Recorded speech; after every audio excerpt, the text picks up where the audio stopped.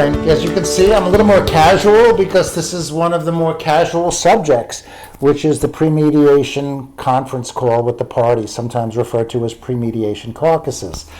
And these calls are meant to be informal. Typically, they're done on the phone, and they start with just the attorneys, and then they may migrate to other parties participating, whether it be client, principals, insurers, etc. So let me start and back up a little bit with where I begin these caucuses. In a perfect world where everybody complies with my guidelines, I get my mediation submissions about 2 weeks before the mediation. Typically, they include shared submissions that I share with both sides, and then after I've had a chance to review them, I begin speaking with the parties. Typically, in a two-party case, the plaintiff first and then the defendant, and we go back and forth on these calls for a while.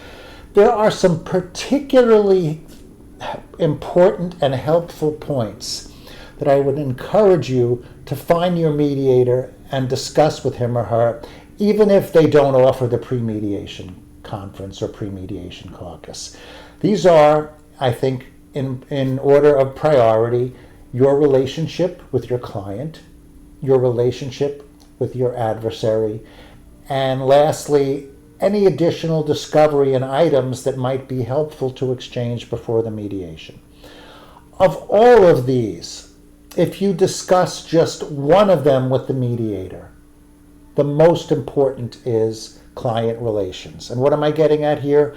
Whether or not you and your client are on the same page in terms of evaluating the case and its settlement range, and any other issues that might divide you a little bit. Almost every mediation I have, there is some disagreement, not only between the rooms, obviously, but within the room. So what are some typical ones? On the plaintiff's side, a plaintiff with very high expectations that his counsel is having a hard time quelling. On the defense side, perhaps the lawyer believes the case should be settled for a higher amount. Perhaps the lawyer has under-reserved the case, or collectively with the client has under-reserved the case, and they need some help getting their numbers into a range that could resolve it.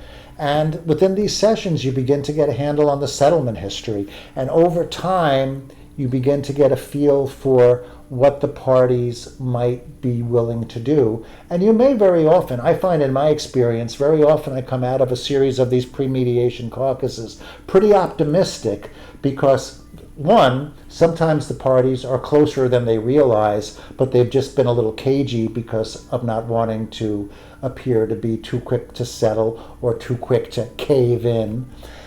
So I highly encourage you to engage in pre-mediation caucuses with your mediator. I think every mediator should make that part of their approach to mediation. It pays huge dividends in terms of preventing surprises. It can advance the ball considerably. It builds momentum. It builds rapport. And in my own particular approach to mediation, they are indispensable. So those are some thoughts on the pre-mediation caucus. And I look forward to our next session, which is going to take us a little further back in time, and I'll discuss with you some of the ideal components for pre-mediation submissions, both shared and ex parte. And so until then, from the center seat, this is Rick Alamanti.